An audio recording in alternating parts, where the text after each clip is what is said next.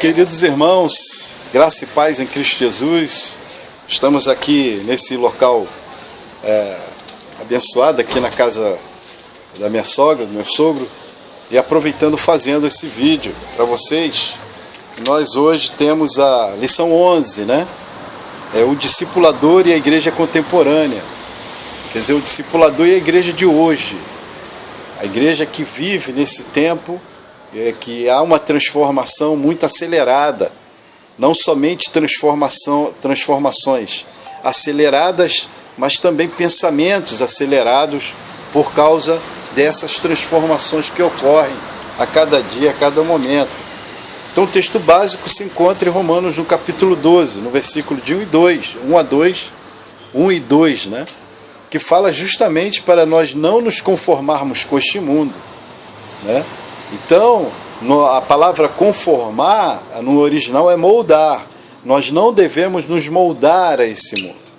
A igreja, ela continua. Ela é contemporânea, ela continua, mas ela precisa permanecer firme na sua doutrina, da doutrina bíblica, né? Na doutrina bíblica, nos afastando do pecado, nos afastamos da prática da maldade, e nós precisamos caminhar neste mundo, caminhar nessa direção, fazendo com que a igreja, tanto organização quanto organismo, ela seja uma igreja influente, né?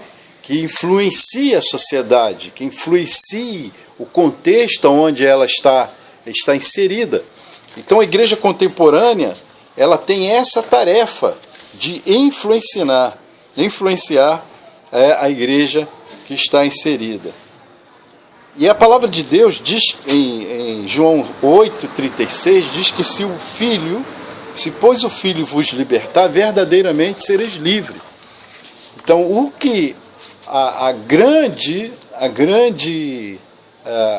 essência da igreja contemporânea é o poder de Deus. É quando as pessoas, ao aproximarmos ou participar da igreja organismo, ela é impactada através da palavra de Deus e a transformação da vida dela, a libertação. A nossa pregação, ela não pode mudar, mesmo que ela atravesse séculos e séculos. A única mensagem que nós temos que pregar é que Jesus veio a esse mundo, nasceu, e que ele morreu, ressuscitou, ele venceu a morte, ele nos deu a vitória na cruz do Calvário.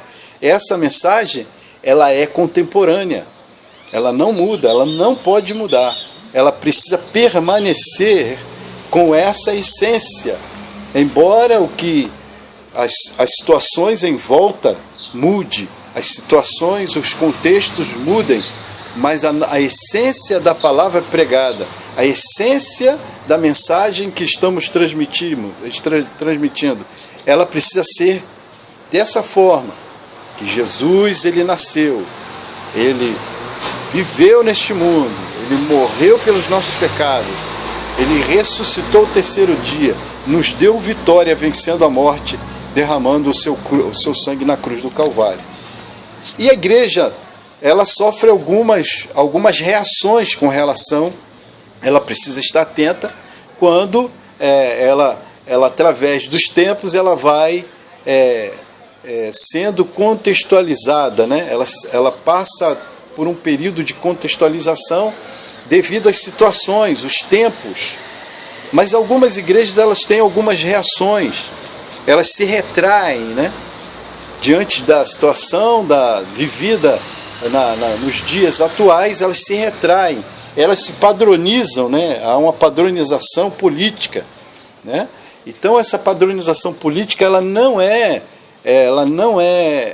bem-vinda para a igreja organização, nem mesmo para a igreja organismo, porque essa padronização ela evita e prejudica a mensagem pregada, porque a tendência é a gente criar uma sociedade fechada quando há uma política padronizada da igreja. Nós lembramos dos menonitas, né, que eles vivem num sistema fechado, eles se casam entre eles, eles não utilizam rede elétrica, eles não utilizam automóveis. Então, é uma igreja padronizada, uma igreja praticamente engessada. E aí, o que acontece? Existem outras reações também. A gente precisa ter uma visão da palavra de Deus, uma visão do reino, uma visão da mensagem que liberta, da mensagem que transforma. Não é a religião que salva, não é a religião que transforma. O que transforma e salva é Jesus Cristo. Então, não adianta criar um ranço religioso, um ranço religioso, devido às situações, devido aos contextos, devido às mudanças e muitas vezes ameaças externas, as ameaças vindas desse contexto, e a pessoa criar um ranço religioso.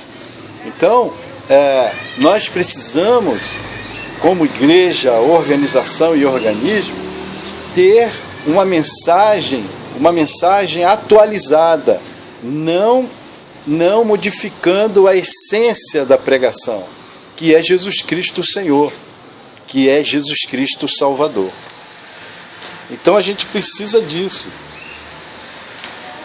A igreja contemporânea, nós vemos que muitas pessoas, às vezes por certas circunstâncias, ela não passa a pertencer, mas ela passa a ser um adepto, um adepto.